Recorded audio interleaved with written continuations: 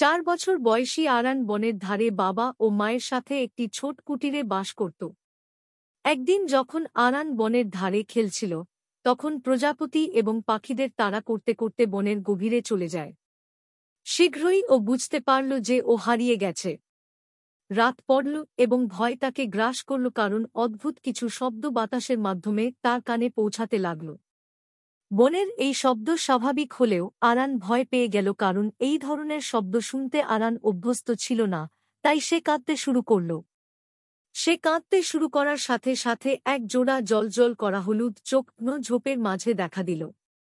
একটি মা নেকড়ে আরানের দিকে ধীর গতিতে এগিয়ে এল, কিন্তু আক্রমণ করার পরিবর্তে এটি তাকে আলতো করে নাক দিয়ে গুঁতো দিয়ে আদর করতে লাগল। নেকড়ে তাকে তার গর্তের দিকে নিয়ে গেল, যেখানে মা নেকড়ের বাচ্চারা খেলছিল। প্রথমে আরান আতঙ্কিত হয়েছিল, কিন্তু ক্ষুধা এবং ক্লান্তির কারণে নেকড়ে মায়ের দুগ্ধ পান করার পরে সে স্বাভাবিক হল এবং বাচ্চাদের সাথে খেলা শুরু করল।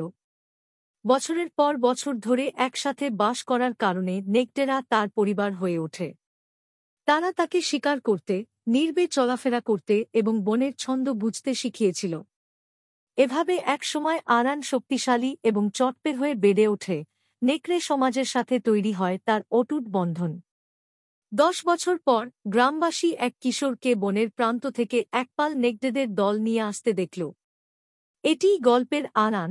তার চোখে এখন বন্য ভাব এবং হিংস্র, কিন্তু সন্দেহাতীতভাবে তার পিতা মাতা বুঝতে পারল এটাই তাদের হারিয়ে যাওয়া ছেলে, কারণ আরানের গলায় একটা চেইন সহ লকেট ছিল, যা তার বাবা তাকে জন্মদিনে উপহার স্বরূপ দিয়েছিল। তার পরিবার তাকে অশ্রুসজল চোখে আলিঙ্গন করে যার পর নাই আনন্দিত হয়।